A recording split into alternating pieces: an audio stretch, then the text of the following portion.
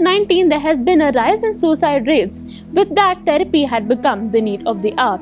Even though a lot of people started seeking for therapy, there has still been a stigma that has built around what therapy actually is. To talk about what therapy is and to bust a few myths of therapy, we have with us today Mrs. Vaishnavi Madarkar.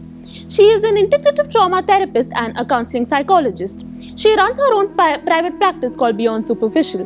Being an anxiety and depression survivor herself, she knows the importance of what mental health is, and she is here to spread awareness about mental health. Let us welcome her on our show today. Hi Vaishnavi, thank you for coming here. Thank you, Divya. Thank you for having me here. We were talking about how there's a stigma that has built around therapy and how much people hesitate to seek for therapy because there is a misconception of what therapy actually is. So could you tell us what therapy is versus what therapy is not? Right. So, firstly, that's a very important question. Let me try and explain this in terms of physical health, right? So that it is easy for people to understand.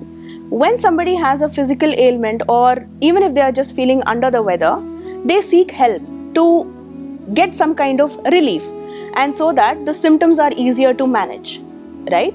So, mental health help or psychotherapy is exactly the same. Generally, people think that when somebody reaches out to a mental health professional, either they are called mental or a psycho or all sorts of names that actually stigmatizes mental health issues even more. So psychotherapy is also a process of unlearning a lot of unfavorable patterns, conditions that are not favoring our day-to-day activity. It is not only clinical issues that can benefit out of psychotherapy. Even day-to-day stress, relationship issues, communication skills, a lot of learning and unlearning happens through the process of psychotherapy in a way that it reduces stress, it makes it easier for people to deal with situations. Generally, people feel trapped in a situation. So it helps them understand and spot the patterns so that they can break out of them. So this is the process of psychotherapy. You beautifully explained about what seeking out for mental health help or what therapy is in relation to our physical health. So a lot of people also think that seeking out for help is just for people with mental health disorders or serious mental health conditions. Right. Whereas on the other hand, even if you want career advice or simply you want someone to talk to, going for therapy is a huge relief in itself, right? This is just like getting a general checkup even though you don't have major physical health concerns. Absolutely. Right? So a lot of people also think that therapists just nod their head in sessions or therapists give advice. What do you have to say about that? All right. I think this calls for some myth busting, as we call it.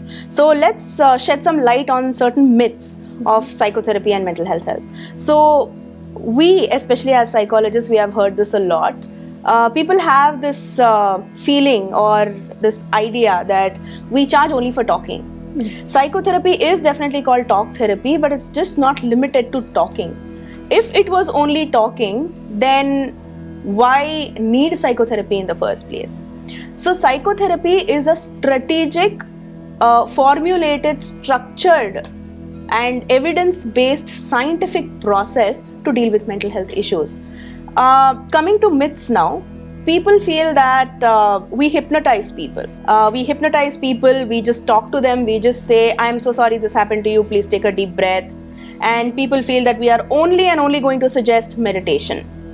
So I would like to start by saying meditation is not a one-size-fits-all. That's not what we say. We talk to the person, get into their world and perception, having kept our own boundaries. We don't enmesh with them. This is exactly what distinguishes a therapist from a family member, right? Our emotions are not entangled.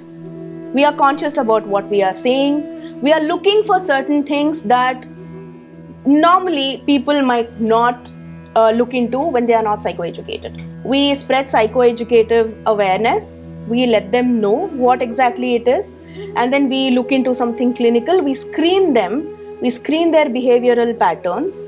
And in short, we actually try and get into their subconscious. This is what happens in psychotherapy. And no, we don't hypnotize. No, we don't just say, I'm sorry this happened to you, please take a deep breath. There are tasks involved, there are strategic homeworks involved that actually helps people deal with serious mental health issues.